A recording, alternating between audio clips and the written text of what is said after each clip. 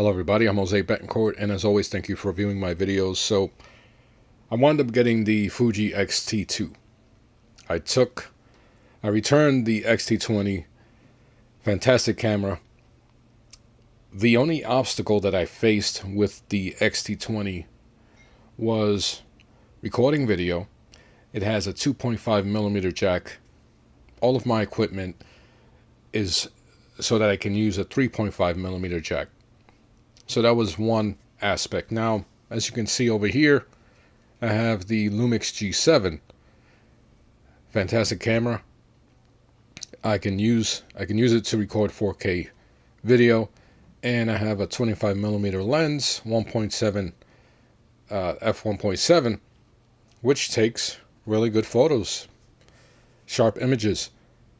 I might get rid of it because over here I have my trusty Nikon D7100, which you can see here I have a vintage lens. I have a 35mm 1.8, and I also have a 55 to 200 telephoto lens for my Nikon, and I can use them either on the Micro Four Thirds or the XT2, which I'm recording on right now. I'm recording 4K video, and the reason why I have R2D2 here is because I want to showcase the focus, the autofocus system. Now, I also got rid of the 35mm f2. I don't know if I mentioned that. I replaced it with a 23mm f2 WR Fuji lens. A little more expensive than the 35mm. And the whole reasoning for getting Fuji in the first place was to get a Nikon, was to get the 100T. But at the time they didn't have it in stock, I went with the XT10. Then I found out that the 20 was coming out. I waited for the 20. And as I stated, one of the obstacles with the XT20, fantastic camera. And you know what? If you're on a budget, get the XT20. You will not regret it. The fact that you have interchangeable lenses and a touchscreen, and you have that sturdy build quality as well, is an all-around fantastic camera, the XT20 is. But I wanted something where it could fit my big hands. Oops, sorry, R2. Fit my big hands. Allow me to use my audio equipment. Instead of using a 2.5mm jack, I can use my regular 3.5mm jack. Also, weather resistant or weather proofing, whatever the hell Fuji likes to call it. I'm not going to 100% test it out in a torrential rainstorm, but I took it out yesterday. It was raining.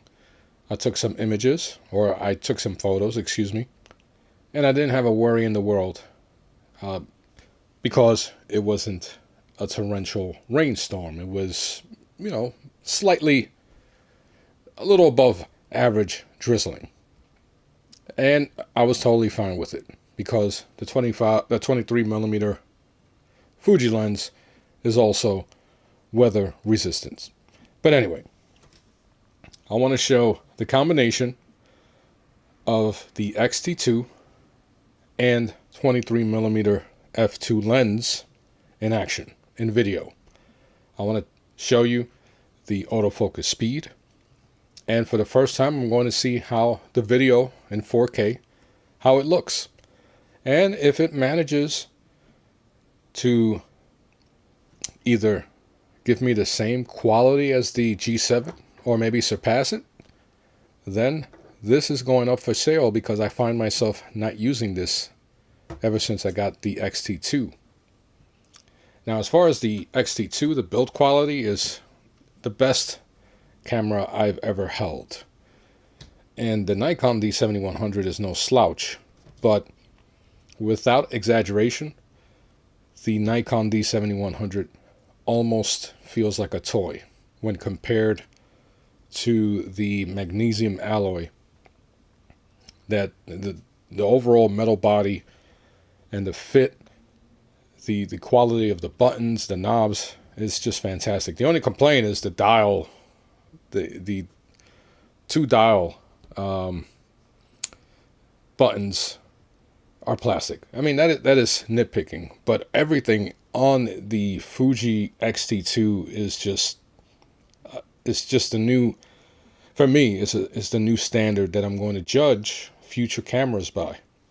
So anyway, let's get to the focus, because unfortunately, unlike my G7, my Panasonic Lumix G7, I only have about 10 minutes of 4K footage that I can record, unless I get the $300 extended battery pack or the extended battery grip. Anyway, so here's R2-D2, and I'm going to test out the autofocusing on this XT2. It is really fast. And by the way, back to the XT20, the autofocusing on the XT20 was pretty fast as well. So I'm going to come in. Let's see if it picks it up. And usually with the Lumix G7, I used to manually focus. But this combination with the XT2 and most of even the 35mm was fast as well. Let me bring something else in here. See if it picks it up. And it's, oh, there we go. Okay. My hand. R2-D2. And you notice it is quiet. Let me find something else that is not overly dusty in this house or in my little office over here. The Ultimate Warrior. R2-D2. And the Lumix G7. How does it pick it up? Let's see. As you can tell, this autofocusing is fast. And this is not, you know, you have your, on the bottom left, you have your little lever that you can go to single focus, continuous, or manual. And I usually leave it on single, but wow, continuous is fast. The fastest, as I stated, the fastest I've experienced. And I wanted to bring the little Voltron over here. As you can see, I have not seen it struggling, only with the Fuji lens cap here. It's just, let me bring something else in. Try a little closer. Look at that. For me, that is insane. I'm no expert. I'm no expert in, regardless of the fact that within the last month, I've tested out 3 different cameras in my videos. Actually 4. The Olympus, 2 Fuji, the XT10 and the XT20, and now the XT2. And I'll tell you what, the XT2 is no joke. And this 23mm f2 lens, oh my God. It is, you know, I really wanted the 100F. And because it's so hard to find, and there's a lot of rumors in regards to quality control and things of that sort, and I wanted it mainly for that beautiful 23mm lens. It gives you 35mm full frame equivalent, from what I heard, and it's great for all types of different types of photography. And that is why I went with the 23mm WR for the XT2, and it is a great lens, very sharp, very quiet, as you notice during autofocus, and fast. But anyway, that's that. Enough of that. Eventually, I'm going to do an overall impressions video on the XT2.